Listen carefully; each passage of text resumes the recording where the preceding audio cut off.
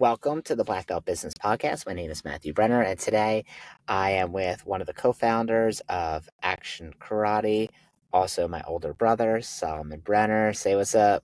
So, So I'm really excited to have you on because we're going to continue our conversation about the 4 different phases of martial arts school growth. So if you haven't listened yet and your school is, let's say, between 0 and 10K a month in revenue, go back and listen to part 1 of this series. Okay, so part 1 is going to be the hustler phase and all the what your key responsibilities should be, what skills you need to master if you're between the 0 and 10K mark in your martial arts school. Because that's going to be very differently than if you're in the level 2 phase, which is going to be the builder phase, which is if you're between 10K and 50K a month. That's in still part 1 episode. So if you go back and find the growth phase episode, which growth phase are you? You'll see the 10K, and you're between 10K and 30K a month. Go back, listen to that episode first before you listen to this one. Then the last episode we did part 2.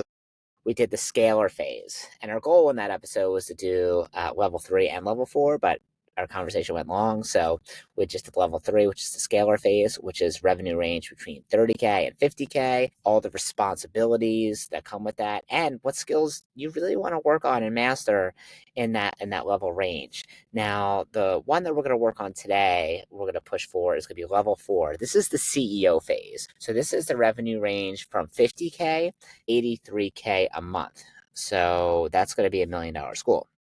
So if you are in this phase, you should be watching this video. If you want to get to this phase, so maybe you're doing 30 to 50, so you're not there yet and you're curious what that's going to look like, this video is going to be for you. Okay, this podcast episode is going to be for you because we're going to walk through the responsibilities that you're going to need to master and and really what your focus should be. So like what I have written here in front of me is if you want to get to level 4, the CEO phase, you really want to scale sustainably and remove yourself from some of the daily grind. Okay. Now, when I say daily grind, I thought it doesn't mean you don't work anymore, right? That's a great way to have your school slowly start to fail. Okay. And slowly start to fall apart. But if you're going to remove yourself from some of the things within your school, right? Like what things do you think would get the chopping block first? well, the thing, I just think you're just doing more really. Like you might not be doing the first lessons or second lessons. You might not be teaching all the classes, but you're still responsible for all that. And what are you getting rid of first? You're probably just getting rid of first things you are worst at, not what you like least, but you're worst at, or what your people are best at. So at one point in my journey, I was an instructor. And I said, I'm never doing enrollments. I never want to do that job. That's a terrible job. I just want to teach class. And then all of a sudden, like there was like an opportunity to do that, and somebody asked me to do it, and I said, all right, I'll do it. So then I was an enrollment director, and then the opposite happened. I said, I'm never teaching class. An enrollment director is way better because you can like make your own schedule. Like if you want to take off, you just don't schedule lessons. Like it seemed easier. And then when we opened our schools, of course, it only made sense that I was the head instructor. So then I went back to that. So I think you just kind of have to, you don't, you're obviously great at everything. But if you're running a solid school, you're teaching great classes, you understand how to enroll people, you understand the metrics and the science of it. And then I think you replace, it's easy to say what you're going to replace, but for us, I think it's whoever you're developing, whoever shows up and what their skill set is and what they're going to be great at, you put them in the position that's great for them and you just do the other work. Have you ever tried to force people into the wrong position just because of need? And if so, like what happened? Well, obviously, it makes it sound like it's going to go bad. I've tried to force people into positions that I thought they would be good at, that they were just like, shy or unconfident or had imposter syndrome. And some of the times it worked out great. What doesn't work out great is when you think, oh, if they're good at this, they must be good at that. And sometimes it's true, but the problem is you never know. And plenty of times I put people, I invited people to be in a high, what we would consider like maybe like school manager or something like that, above like, let's say head instructor. And they're a great instructor in class, but managing the school, which in my mind is almost like the same thing, turned out to not be very good at all. And it's usually they're not good at it. And of course, we try our best to retrain. But if it turns out just not to be they're good at it, they're not happy, and you're definitely not happy, because everything, like, there's all these details that are falling apart, that are falling through the cracks. And, like, it's generally okay. It's good, but it's just not great. And we're always striving to be great. So, yes, I've messed that up many, many times. So is there a way for you to predict like who's going to be good at what? Like, how do you figure that out? One is always be training, right? So, of course, when you're stuck and there's nobody around, there's only one person there and they're sort of okay. Well, that's your only option. So then it is what it is. So one is you're always training the new people. You're always trying to, improve. And then how do you predict? Watch very closely. Like you might not be like again doing everything every day. You might not be going to all the school programs, but going to some of the school programs you're watching. I know that's something that you love to do, which is watch, game film, watch them teach class and also watch them under stress. They go to talk to a parent and they hate it, or they're teaching class but they didn't hand out the paperwork, or they didn't like talk to somebody about black belt leadership, or they didn't do like some piece of it. You're going to notice it, and then when you talk to them about it the next time you watch, are they better at it? And if they're not better at it, well, that's your sign that maybe that's not their thing. And then you have to figure out, is it really not their thing, or they're not trained well enough yet because they're just not confident to do it. Like if you think about the people that you train to go do like preschool programs, a lot of people don't do it because they're just afraid to go talk to the preschool. And it's not like a fear thing. It's they're just uncomfortable because they never did it before. But once you give them the script and you do some role playing and they book their first one, they're like, oh, that was easy.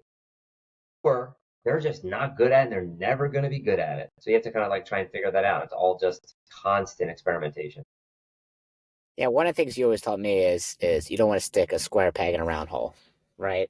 But the hard part is you never really know whether someone's going to be good at something. So sometimes I think we'll count people out, like, oh, they'll never be good at that, and it turns out they end up being incredible, and vice versa, where we think they're going to be great at something.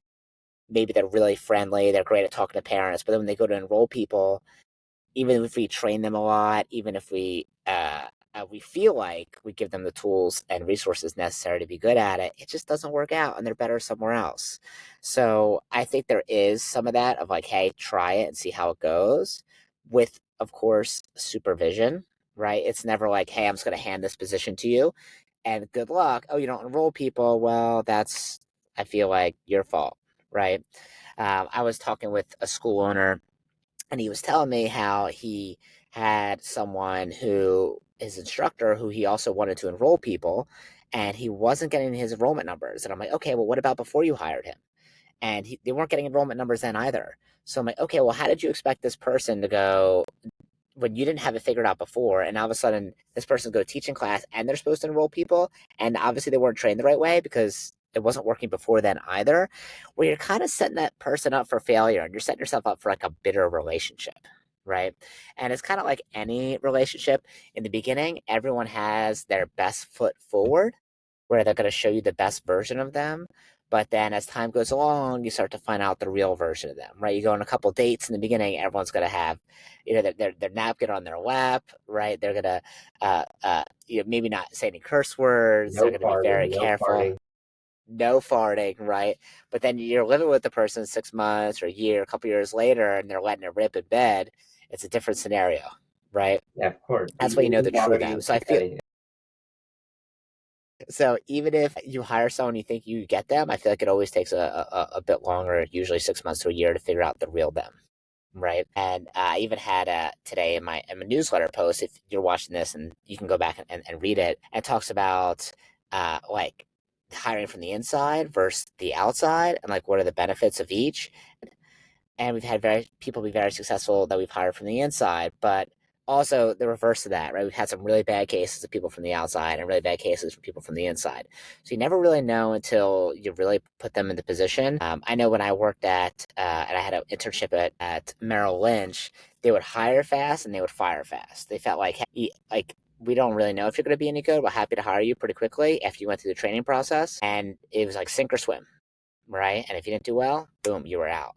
Now that I think that was a tough culture to be in, but I guess it made also the cream kind of rise to the top. So the next part of, I guess, that CEO phase that I think is really important is like the key responsibilities. So the next part is like hiring and developing leaders who lead others. So obviously that's a big topic, but what do you do to hire and develop leaders within your school? And by the way, for people who are listening, I should have had a better introduction. I just assume you watch the other videos. So Solomon, my older brother, is the co-founder of Action Karate at over 30 locations, millions of dollars of revenue every single year.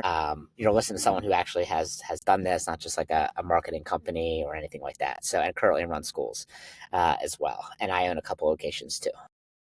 Okay, so how do you train your staff in terms of developing leaders who actually lead other people? At the end of the day, I think we're all just problem solvers, and I think the more successful you are, and defining success would be helping more people, having more students, more revenue. I think that bigger the challenges become, right? It just becomes like bigger issues to overcome.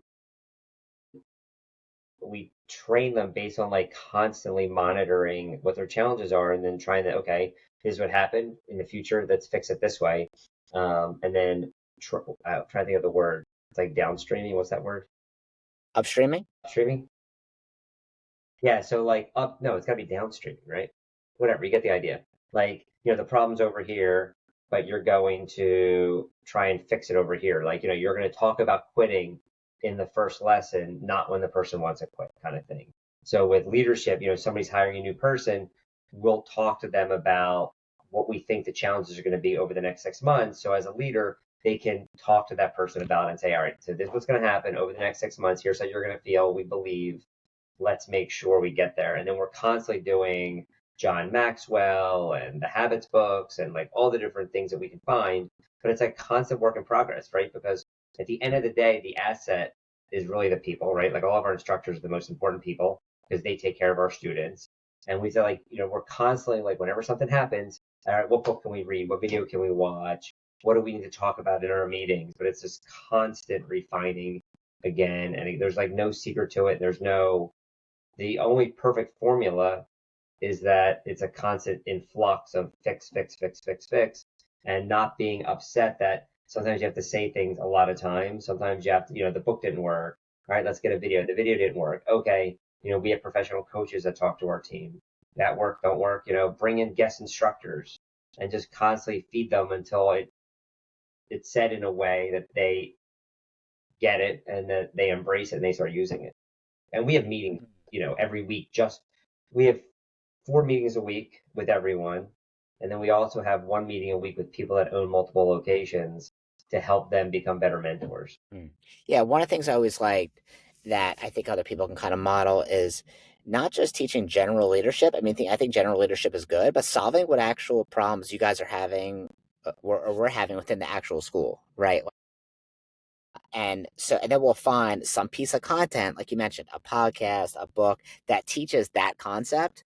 And then that way it's not just like us teaching it, but it's like someone else giving those lessons, right? Yeah. Until it clicks. Whether we're hiring Dave Kovar to come and fly across the country to come teach our staff, or doing a Zoom call with a certain industry professional, whatever issues you currently have. So maybe you're having an issue with the sales process, or maybe you're having an issue with culture within your school. Okay, cool. Find something that's like there's no shortage of content nowadays that's really good and really easy to find where someone has talked about that topic. And make sure you watch that video or listen to that podcast with your team and then talk about it and talk about how you can implement it. And not just always you kind of just like, I don't know, barking directions at the staff. And one of the things you mentioned I want to go back to, because I feel like it's so important, is and I think you had the right idea, which is you want to like upstream, which is like talk about things that are going to be issues before they're issues. That way it's not a surprise later. Okay. So when someone comes on board and let's say you're in the 50K to 83K range, now you're hiring a full time person. This full time person is going to make, I don't know, between, depending on where you live in the country, 60 and 120K a year, right? This is like their full time job, right? They're managing the school. This is what they do every day, 5, 6 days a week, 40 plus hours a week. What things are they going to run into that you're going to upstream? Like, what is in that conversation that you're going to have with them that's going to prevent problems down the line? I mean, hopefully we already know them pretty well as far as their character, so hopefully that's out of the way. So we know they're, naturally a good person. Depends if they're coming in as like a manager or they're coming in as a partner. We have different conversations for each one. If they're a manager, we like to tell them how they can become a partner, what we're looking for and what kind Can you of define partner for people that don't know? partner is they're running. Partner, they're an equity partner. They usually buy in for like anywhere from 10 to 49%. And, they're a partner. They get paid as an employee for doing the job, usually head instructor, enrollment director person. And they also get paid the profit quarterly as well. And then like a manager would be just the first part of it. They're pretty much doing the exact same job, but whether or not they buy in as an owner or not. And we prefer they buy in as an owner because we think they're the most valuable people.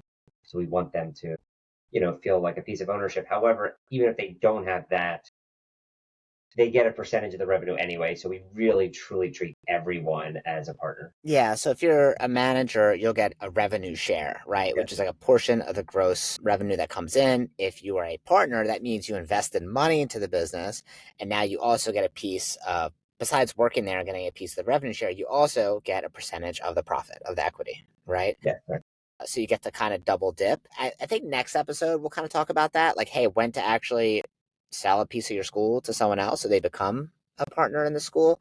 So as you start to scale, and I know that for many years, like we didn't really do that. It wasn't really our thing, but now we do it. We absolutely love it. So we'll talk about the positives and we'll talk about the negatives of that, and we'll do a follow up episode on that as we go to a bonus level 5, which is schools that are doing over $1 million a year. But let's go back to the manager part. Okay, so what other challenges are managers typically going to have that you're going to want to upstream and talk to them about before it becomes an issue? So it's all, and the majority of it is internal dialogue, right?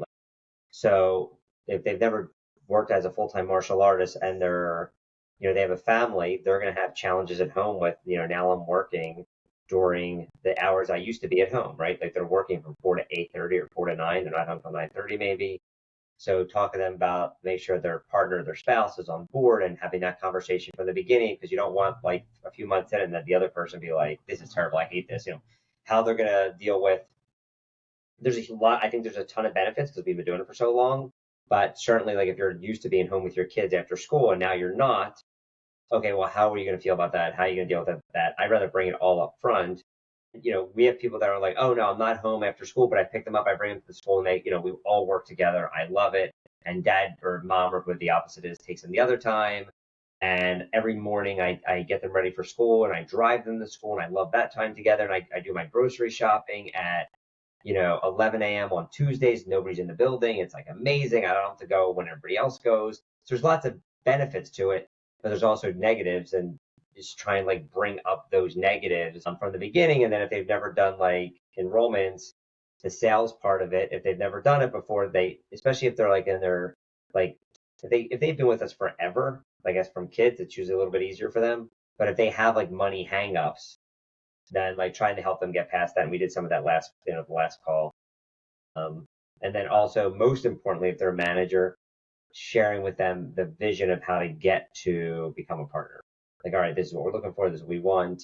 If you get there, it's usually pretty much they decide. Like if we like them, it's pretty much once they get to a certain point, we'll start talking to them. Like, okay, what do you want to do? Because it only makes sense that they're a partner for them and for us. So you're going to share with them all the negative sides of Anything the I can think job that of. they're about to enter. Anything you can think of, yeah.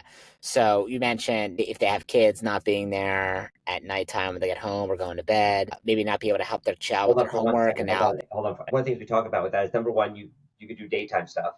Number two is well, we'll talk about the positive. Let's talk okay, about the good. negative Okay, first. okay, sure. Because I think everyone, if they're about to become a manager, right? Tell me if you agree with this. If they're about to become a manager, about to make this their full time thing, they're probably already excited and positive about it, right? They're not like, I don't know, maybe. I mean, they might be like that, but that would maybe make me a little bit nervous, right? I mean, everyone should be, I think, I don't know, a little apprehensive whenever they're starting something new. But you've probably said a lot of positive things already about how great it is, and they could probably already see it. So let's talk about the negative things of working in the martial arts industry when it's your full time job, right? That way, when it comes up later, this isn't the first time you're having this conversation. Hey, this is normal. This is expected. This has happened before. So, for instance, you don't put your kids to bed, right? Okay, and then or maybe now your wife or husband has to do the homework with the kids instead of you. and now they're upset at you because you're not there when the kid is struggling with their homework to help them, right? You're getting home really late at night. You have to oftentimes work on maybe Saturdays when you're doing special events or marketing. um, Answering the phone, maybe if you're answering the phone for the school when things are difficult, or not when things are difficult, when doing some sort of event or something, or you're answering the school to set up appointments.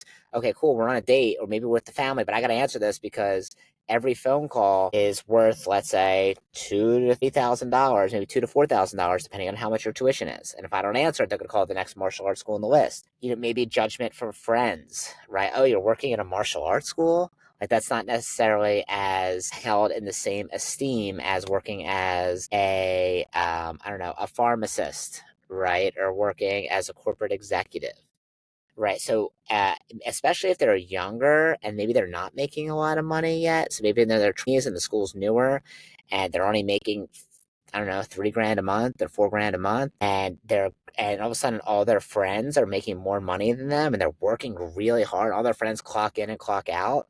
Like, how does that gonna make them feel? Right? They might feel like eventually, hey, this is stupid. My friend has a job, he's making 120K, and he never has to answer the phone, and he's done by 5, and the work never follows him. I'm not done till 9:30 at night. But eventually you'll be able to maybe way surpass him in what you do and have way more fulfillment in your job. But these are negative feelings that people are naturally going to have, right? Is there anything that you'd like to add that you think are part of the conversation and like of negative things? When people quit, they're going to be really mad at you. You have to answer. Not always. Hopefully, rarely they're mad at you, but sometimes, every once in a while, we're in a customer service industry. Someone's going to be upset. They're going to send an angry email. You might take it personally, right? You might feel bad. You're going to screw things up. Is there anything else you want to add that, like, those are the things off the top of my head, that conversations we've had, and like, hey, these are the things that are going to happen. Let's talk about how we're going to deal with it when it comes up, right? Is there anything else you want to add to that? No, no, I mean, they're all certainly not fun parts, but I don't think there's any great job that doesn't have negatives to it. I mean, everything has some negative to it. Exactly, exactly. Yeah, every job is going to have something negative, just like there's no perfect partner, right? There's no perfect husband or wife or whoever. Like, there's always going to be negatives that you find out later, and I'd rather tell them, hey, these are the things that are going to happen later.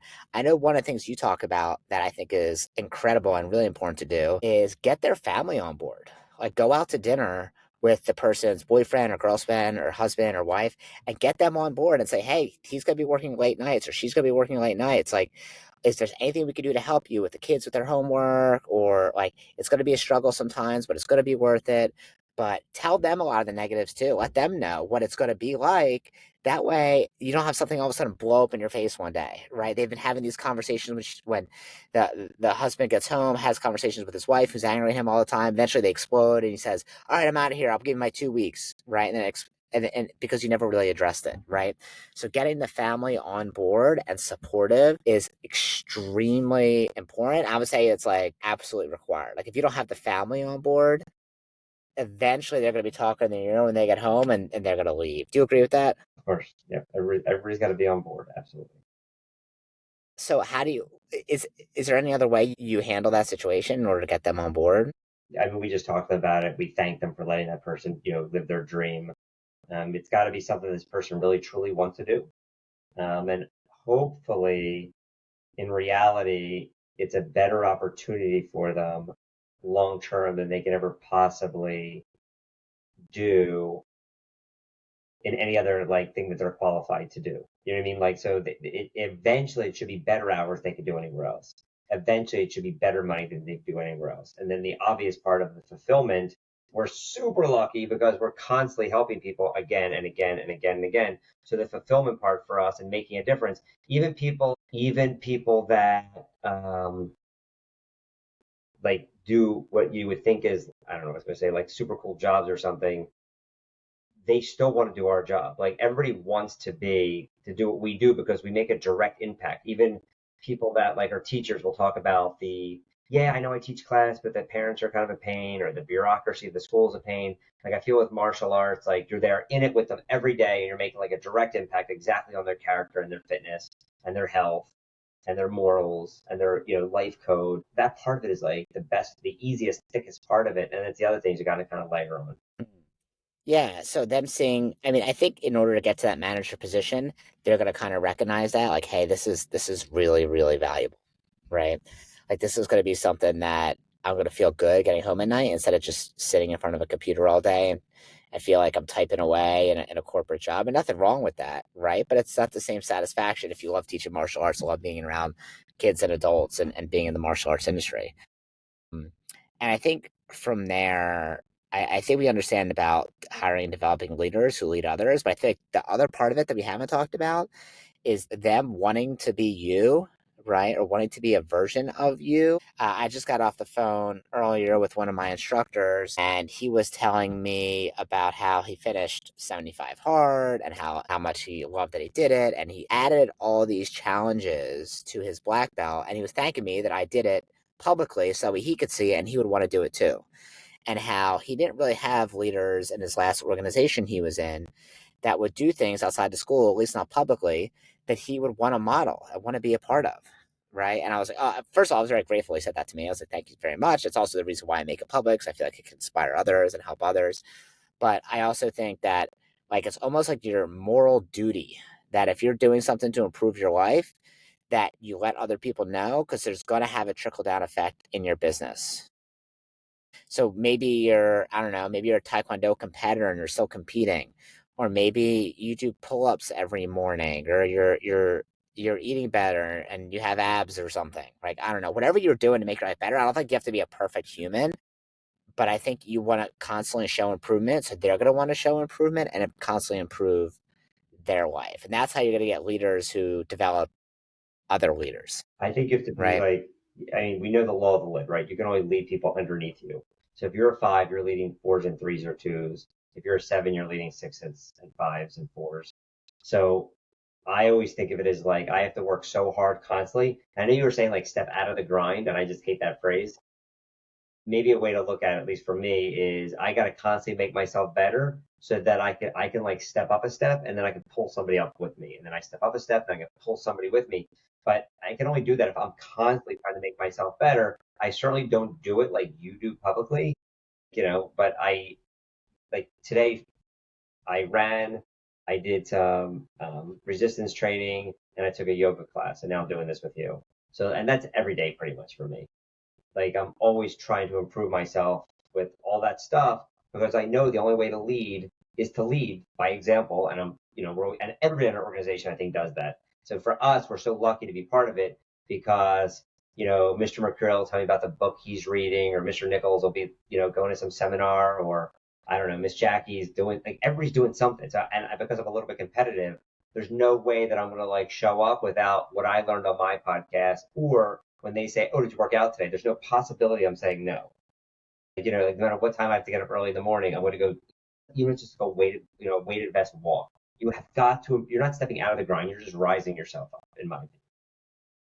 Yeah, I mean, there's always a grind, and there's no such thing as like passive income where you do nothing and just make a ton of money. If there is, let me know. Like, I'm happy to do that too. Okay. And when I say out of the grind, I just mean like a different type of grind. It's really what it is, right? Yeah, It's but I not like like the all of it. same I feel like problems, you even choose I different feel like you problems. even use the word, to me, grind seems like a negative, and I get what it is. Like I like when you're talking about like answering the phone. I answer the phone for all of our instructors, directors, townships, everywhere I go, whether I'm driving somewhere, I'm on a golf course. The only time I don't answer on a golf course if I'm on like some exclusive golf course where they specifically say the words "no phones allowed," and then I'm pretty much trapped. And I'll respect that rule. But other than that, like I've had people say to me on the golf course, "You've taken like 7 calls today." I know, but I have the privilege to golf in the middle of the week, at 1 o'clock in the afternoon. Of course, I'm going to help all of our people. Like, there's no like, I don't answer the phone anymore. That's their deal. No, like, they have a question that I can help. I'm delighted to do it. And the fact that I get the golf is because I'm answering those questions. And it's not like I dislike it in any way. So I think if you do dislike that, like, oh, when I get home, I'm not answering their call. This probably isn't the right thing for you because like I always want to help 100% of the time. There's never times that I don't want to be involved in my car. Like I would leave the golf course if I needed to, if somebody really needed help, and I wouldn't mind it. Like I like it. Yeah, and I think what you said earlier was important is like when you're at this phase, the CEO phase, yeah, you kind of walk away from the grind, you hit that word of the things you actually don't like doing, right? Like, so if you didn't like answering the phone, let's say for the business, then have someone you can hire that can answer the phone for the business, and you could do more of the stuff that you love, right? Maybe you do more of the leadership team meetings or the curriculum development.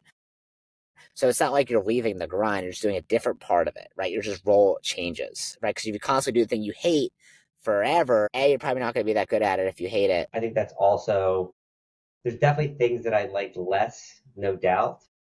But there's nothing I really hated. Like I didn't like Ninja Sharks in the beginning, like the 5 and 6 year olds. But like I don't think I ever like hated anything.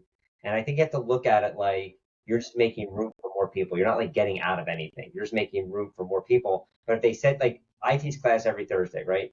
I've never left class on Thursday not high, like feeling like, oh my God, that was awesome. And like, I loved doing it. Like never once. There's definitely days I don't want to, maybe. Like I'm like I feel like maybe I didn't prepare well enough, or I'm just tired, or whatever. But never when I'm done, am I not happy that I did it. Never, never.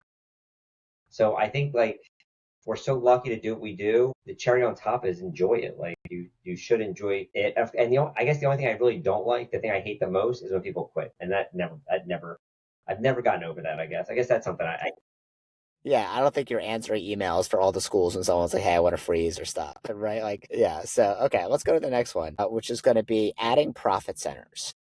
Right? So, just tuition. Obviously, you can have a school with if you have a lot of students, with just tuition itself can get you really far. But there's obviously other profit levers that you can pull in order to make more money. So let's say you're in the 50 to 83K range. What kind of profit centers do you think you can do or add to your school that are going to add value to your students and also help you be? well, first of all, I don't really know the real stat. However, my guess is tuition should be 80 to 90% of it. I mean, I think if you did nothing else, your tuition, if you're making, if you have like 200 students and your expenses are right, remember it starts with the expenses, right? Like that's where it really starts. It doesn't start with like, oh, I'm going to run like another seminar. Like if you have to do that, like there's something wrong. Like that's all bonuses and that's all wonderful and you should all do it. But it's got to start with your expenses are super controlled as possible and your especially fixed expenses, meaning like rent and stuff, like unfixed would be like uniforms because you enroll more people, you need more uniforms. But anyway, certainly you can add like I like that see like what I can add that like gives them value and also like helps to generate new students and helps our current students be have better retention. So the easy stuff is like weapons clinics, right? Like that's just like fun to do. You do it like a couple hours on a Saturday, you charge $49 or $99. They get the weapon, they get the clinic, and they love doing it, and they get to bring a friend or something, or board break. I mean, I assume anybody listening to this knows all this stuff. Um, Uniform, upgrades. And again, like I don't know about everybody else, but like when I golf, I love getting a new pair of shoes. I can't wait to go play. It seems like the silliest thing. Like the shoes are pretty much the same as the last shoes, but they're like a little newer and I can't wait to go do it. So if they get a new uniform, they're also super pumped about going to do it, right? Like it's not like I'm just trying to sell them a uniform. They're gonna like enjoy, like they're gonna feel bless you, they're gonna feel the snap of it. Obviously, like we do t-shirts and shorts during the summer. That's also marketing, right? Like they bring them, we try and make sure they get like two or three of them, so they wear them to camp, they wear them to the pool. So that's marketing for us. And people will talk to them about it, people will notice it. It's also more comfortable in class. And again, when I get a new T-shirt, I can't wait to go wear it. Like I'm excited by like anything new that I get. I just bought a brand new hat. Like literally, I'm dying to wear it. So I think all of it is should be there should be a profit in it. There should be a retention piece to it, and there should be maybe get us new students. And just people being excited about class gets us new students.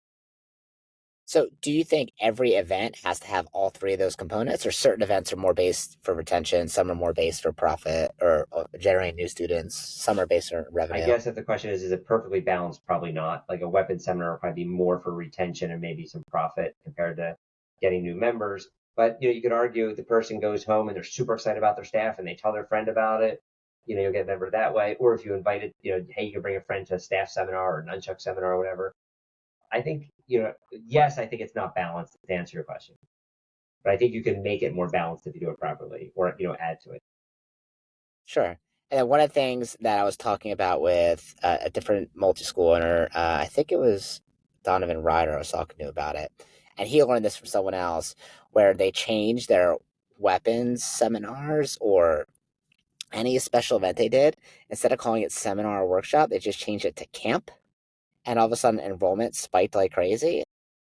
And so now I know that I talked to someone else on our team about this already, to talk to you about it. I don't know if he told you, but I was like, from now on, let's just call it camp. Literally the same exact thing, just call it camp, like pro tip.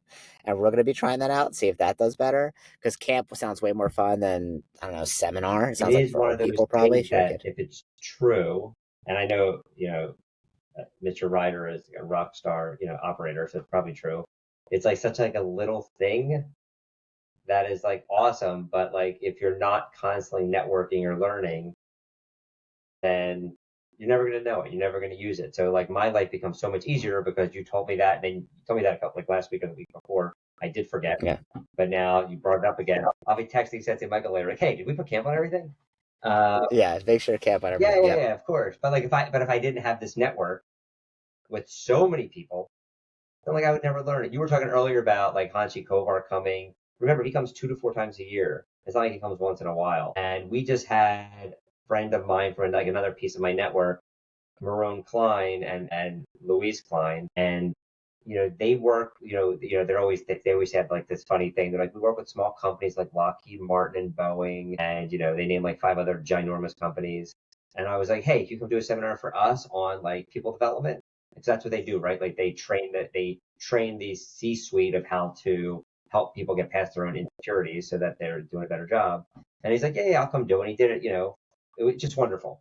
But if you're not like constantly, and the only reason I was able to invite them to come do that and hire them to come do that is because I'm constantly learning and I knew them. I mean, you've known them probably for 5 or 7 years. I've known them probably for 10 years. But like if I wasn't doing that, I'm not bragging. I'm just saying like you have to be the person who's constantly looking for opportunity. And if you're at the CEO phase, your school's doing 50 to 83K a month, so you're doing almost $1 million a year or a million, you should have to be developing friendships that of other martial arts CEOs, but also people who run other companies and do other things, right? Like people who are entrepreneurs in other industries. That way you can learn from them. Don't just stay insular in the martial arts industry. Learn from every industry. And that's how you're going to get ideas from other people doing other things. Like I know even when I was a teenager, we'd be going to put flyers in different businesses, right? We'd walk into a Pilates school or something or a yoga studio and be like, look at how they designed it. Like, oh, cool, let's do this, let's do that. Like we're always looking. Starbucks, doesn't matter. There's always things that we can learn from other businesses. So I think if you're at the CEO phase, you got to think like bigger picture. How do I get this to run like a well functioning company? Not like I am the puppeteer of every single movement. Because if you want to be a CEO, you have to encourage other people to lead. Right? You can't be just you doing everything. You got to be encouraging other people to lead. Can I Leaders can I develop tell you other something leaders. that is one of my biggest frustrating things, and if it frustrates me, it probably could frustrate other people, is people believing there's such a thing as a well-oiled machine. I don't think that's the case. I think you're just constantly fixing, fixing, fixing. The goal is to the outside world, it looks like a well-running machine, right? So like our tournament to the world looks like everything's happening perfectly. But really behind the scenes, it's like, let's do this, let's do that, let's do this. Every karate class is the exact same thing. All of our meetings, we're constantly solving issues. There's no such thing, at least I haven't found it. And the friends that I have that run companies ginormous, where they work in big industry, like Fortune 500 companies. They said like, oh, if you saw what happened before this happened, it was a total crap show. Like I hear that all the time, and it just makes me feel better. And what's frustrating is people in your own organization sometimes, whatever, like they think every other company is running smooth. That's not what it is. It's just got to look smooth to everybody else. It's got to look smooth to your customers and everybody else. But on the inside, it's constant problem solving. That's what being in business is. Yeah, and if you don't see behind the curtain, which other in other companies, which you never do, unless there's a giant scandal that Right. ends up on the news, then you never really know. Yeah, that's a really good point. Thanks for sharing that. I know another profit center that we like to do is like premium events, or I guess like premium short term memberships, which is like Hit Team. I know it's something we really like to do where we will do almost like group private lessons for. Do we do one day? I know we experimented. Are we doing one day right now, or are we doing Think like some 3 weeks? it's never really one day, but the bulk of it might be one day, and it might be like 4 hours, 5 hours, and they learn like it's only like I don't know between 6 and 12 people, and they have to learn like another entire cycle of curriculum. So for us, it'd be like 3 months worth of curriculum. And they have to pretty much be amazing at it. And they can earn like another rank. They don't earn it in the 4 hours. They have to like, there's all these practices and other things, but like the time of the main instructor, that might be like 4 hours for them, like on a Saturday. And then I don't know, they might meet with them for 30 minutes after that a couple times. But there's like a book component they have to read. There's like physical requirements every day for those 3 months. So when they earn their new rank, so they'll earn like two ranks at once if they pass. It's pretty significant. Like they work 4 times as hard as everybody else. And I don't know what we charge for it. It's like 4.95 maybe. Does that make sense? Yeah, it's about $500. Yeah, And yeah, we'll get like six to yeah. 12 people per group. And do that like 2 or 3 times a year, sort of thing. Yeah, and they love it, right? Because like sometimes like siblings that want to catch up to their other sibling or their parent wants to catch up or something to like a rank so they can test for black belt together. And like it's hard to quit karate when you just invested 3 months of not just coming twice a week, but like all this other, they do meal plans. I mean, they do all kinds. And it's like 4 or 5 things within the hit team that are pretty intense. I mean, it's almost like you were saying earlier, like 75 hard. Like it's like 3 months of like pretty intense stuff they normally wouldn't do. So like you start to identify yourself as a martial artist. So again, it's a revenue generator. They tell their friends about it. They get a special T-shirt for it. We give them a book they have to read. They have to do a book report pretty much. They have to talk about it publicly. There's all these things along with all the curriculum. A certain number of kicks every day that like the normal student's not going to do. But they commit to all this. So it builds retention, profit center. Yeah, that's a good example. Plus, they probably tell their friends. I know they tell their friends about it because it's so hard. Just like you tell your friends about 75 hard, they're telling their friends like, "Oh my God, I'm part of this thing in karate. It's like impossible. Like it's killing me." But then their Yeah. sense of pride. One of the things I talked about with one of our instructors recently, and we're going to play around with it. And I actually challenged one of my clients to do this as well. And I'm sure as we start to implement and then test, we'll see how it goes. But offering a first class ticket in your martial arts training for a membership. Okay. So for instance, what I mean by that is every time you go to book a flight, there's an economy flight and there's business class and first class, right? And it's not like business class or first class like a little bit more. It's like 5 to 10 times the amount, right? Like if you're booking a class, across the world, let's say it might be $500 in economy. For business class or first class, it's probably 5 to 10 grand. Okay, it's way more. Now you might think, who's gonna buy that? Well, that's how the airlines make all their money. They make the money from the business class and the first class, not from the economy section. So the question is like, what can you offer in your martial arts school that someone would be willing to pay double or triple or quadruple? Now it's not everyone. This is a small percentage of people, right? But this is where you start to really increase your profits, like an airline would do. That would be actually worth it to them because they love it and they really want to do it. To them, they feel like it's worth it. Like, what can you actually offer them? What's a first class ticket in your martial arts school? What does that look like? Right. So that's what I challenged one of our instructors earlier this week. And he texted me like, my mind's going crazy. I have like all these ideas. All right, put them all together, send me an email, and we'll start to discuss what that looks like and how much we charge. But what would actually be worth it? If you charged $700 a month, $1,000 a month for tuition, what would that person get that'd be worth it? Right. Some people have no problem spending $10,000 for a first class seat to go to, I don't know, South Africa or something, or to Europe, right? They don't care. They're happy to do it because they have the means and they want the best experience. Some people get the base trim of a car, and some people get the highest level trim of the car. That could be double or triple the price. So, what is that? And I think as a CEO, these are the things you want to look for, right? Things that could add a lot of profit, a lot of value to your clients for Can I add something? the top echelon. We have Yeah, done that. absolutely. Is you just have to be careful to realize the extra effort that's going to put on somebody and then how that plays out in scale once it's really rolling. Like, if you get it to go, sometimes it seems like it's such a great idea. And then 3 years into it, it's like almost like too much to deal with.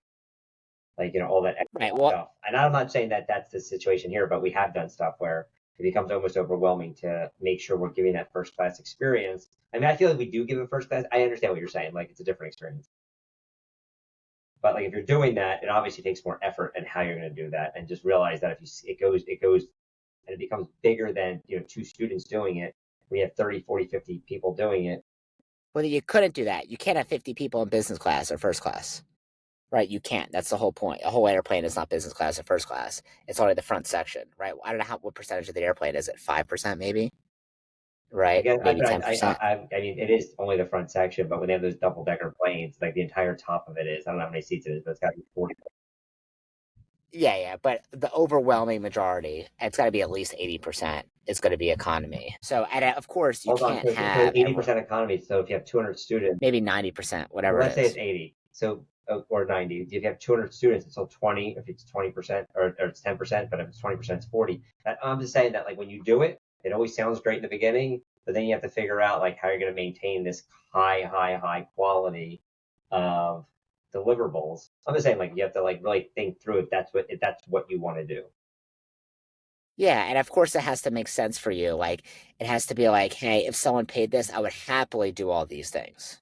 Right. And of course you can limit it. Like you can say, I'm only gonna accept 5 people. Once it's 5 people, I'm done. Like until someone else, falls out or graduates or whatever. It's no different than like my coaching program. I only accept 13 people at a time because if I do more than that, I just go crazy and I can't keep track of each person. So when I at 13, I wait till someone graduates out and then I add someone else. Is that because you were born on Friday the 13th, which is actually today? Good point. As the day is And recording, it's June today's 13th. not your birthday, but you were born on Friday. Yeah, it's just what I figured out like actually makes sense, at least for me right now, for me to help people one on one. But anyway, all right, so let's go to the next thing is like skills you want to be really good at, besides staff development, besides having good profit centers or profit levers you can pull. The other thing we want to talk about is like high level like metrics tracking, right? So, is there a difference you think in metrics tracking between someone who's maybe in the builder phase, running that 10 to 30K a month or 30, 50K a month versus someone who's the CEO phase, like 50 to 83K a month? The only difference is instead of I think I was terrible. I had no interest in keeping any stats. I went to every seminar. They always talk about stats, stats, stats, stats, stats. But the reality of it is we kept almost none. My opinion was we were in the school. I was in the school every morning at 9 a.m. I didn't leave till 9:15 at night. I would go home for lunch and stuff, but my point is I was there all the time. So I felt like I had my finger on the pulse and I felt like I was doing everything and like counting the cards or doing something else like that. I mean, we had a general idea of what our active count was and we were pretty good at like not tricking ourselves. And we knew what our revenue was, we knew what our profit was, but all of the other metrics that are clearly important, we didn't really keep track of. But we did keep track of, if somebody didn't set up a lesson, we would have a conversation and redo the script. Like we did that every single time. But again, we didn't keep track of like, we set up 80% of the lessons. We kind of just like thought in our head what seemed right.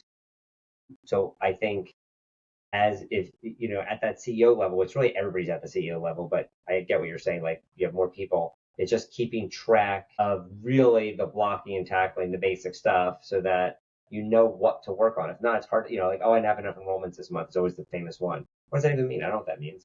Did you not have enough leads? Did you not have enough like conversion from to the to like an appointment, to the first lesson, to the second lesson, to the enrollment? Like, there's 4 different spots that it could be messed up at minimum. Where they're the wrong leads. Like, I don't know. I have no idea. So like the only way to know Yeah. any of that from any perspective is to know your stats. So as we've gotten more mature, we're way better at stats now.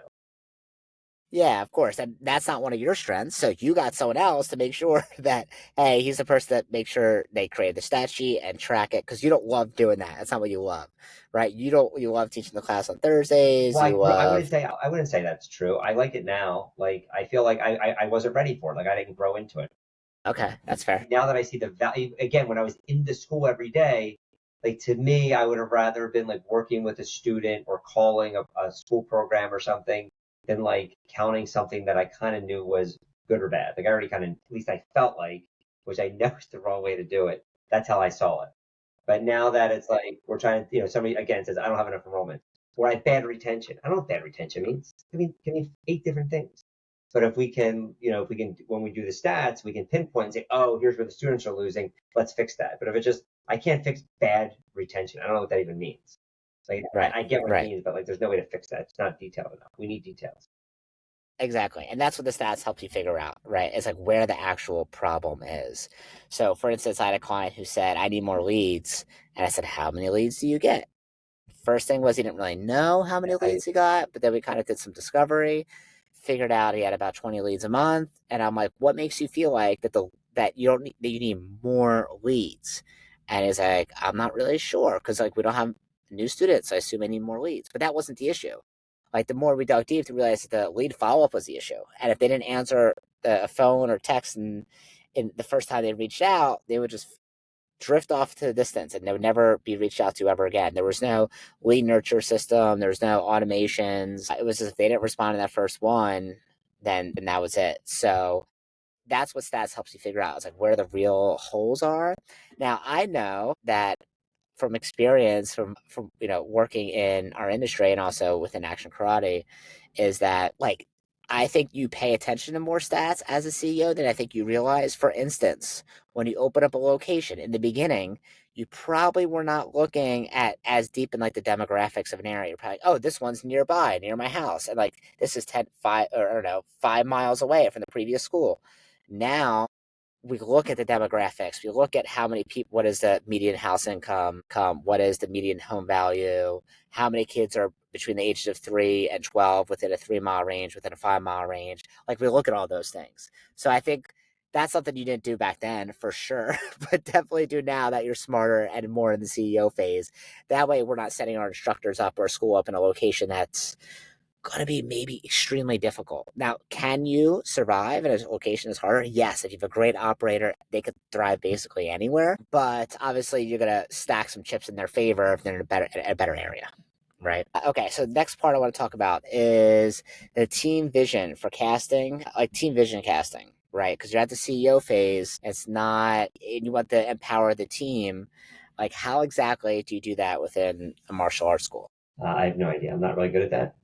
What I think we are good at is understanding what their goals are. So one of our North Stars is a Zig Ziglar quote, which is, I can have everything in life I want if I can help enough other people get what they want.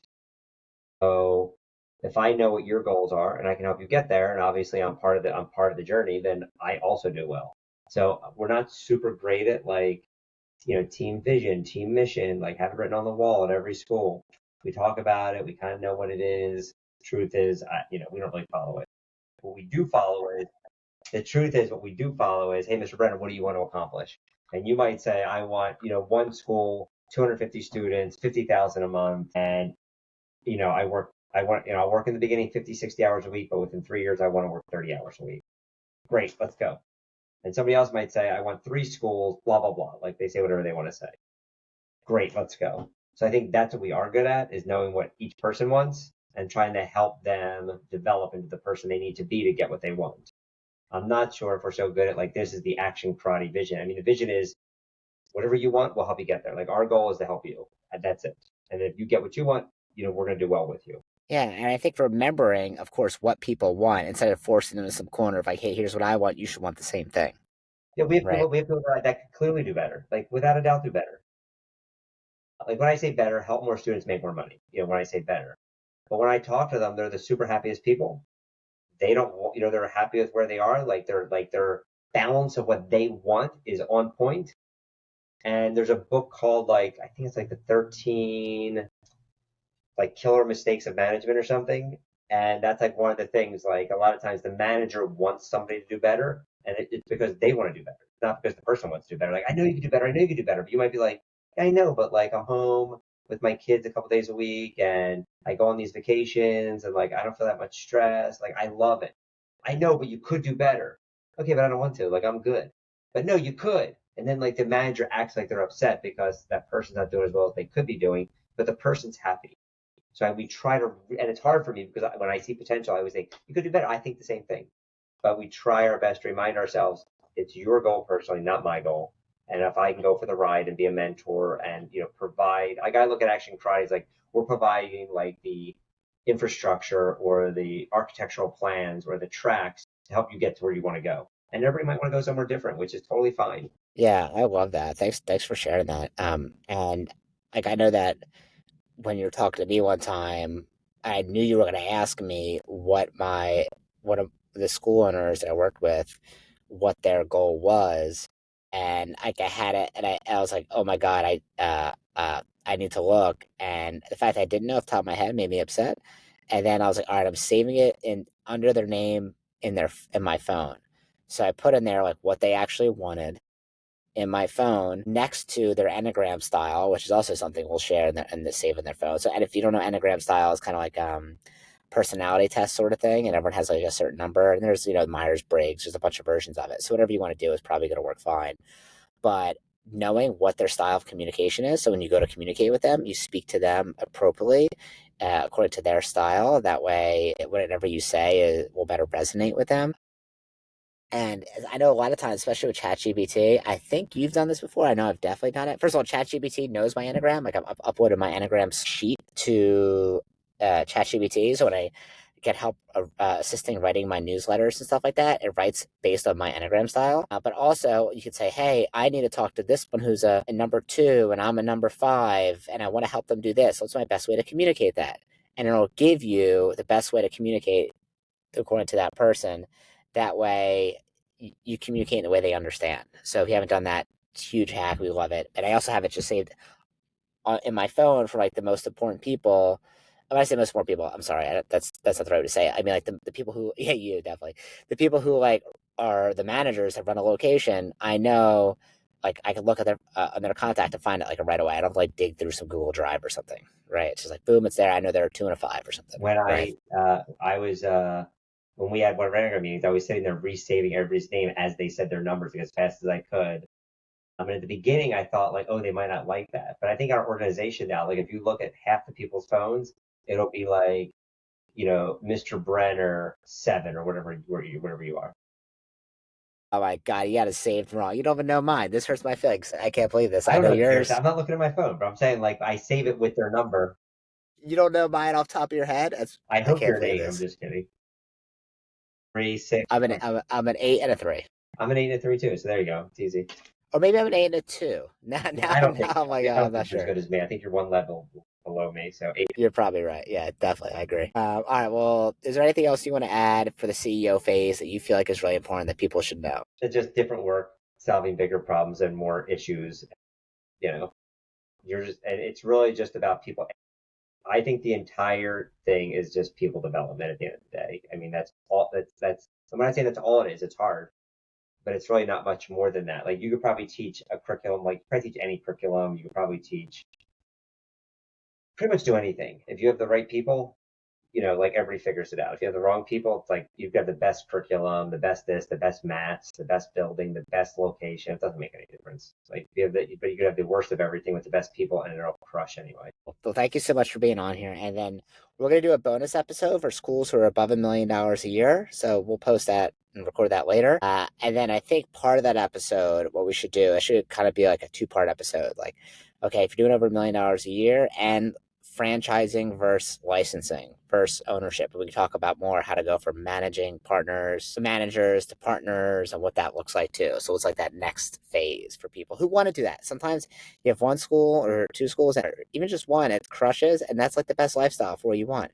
Some people want to have 50 locations or something, right? It all depends like what obviously you want. There's not one that's better than the other. So thank you guys so much for listening. If you have a question, you can find me on Instagram at blackbeltbrenner1 or Matthew Brenner on Facebook, or you can find Solomon here on Facebook, Solomon Brenner. Thank you guys so much for listening. Hope this was helpful. And if you don't subscribe to the Black Belt Business Newsletter, I post 3 days a week. You can find the link on my Instagram and the link in bio to join the newsletters. 3-minute read, 3 days a week, each day on a different topic. That way you can grow your school for free and learn how to train your staff better and have better retention. Those are the 3 topics I cover. And if you think it sucks and you hate it, you can unsubscribe anytime and tell me about it. Thank you guys for listening. Bye, guys.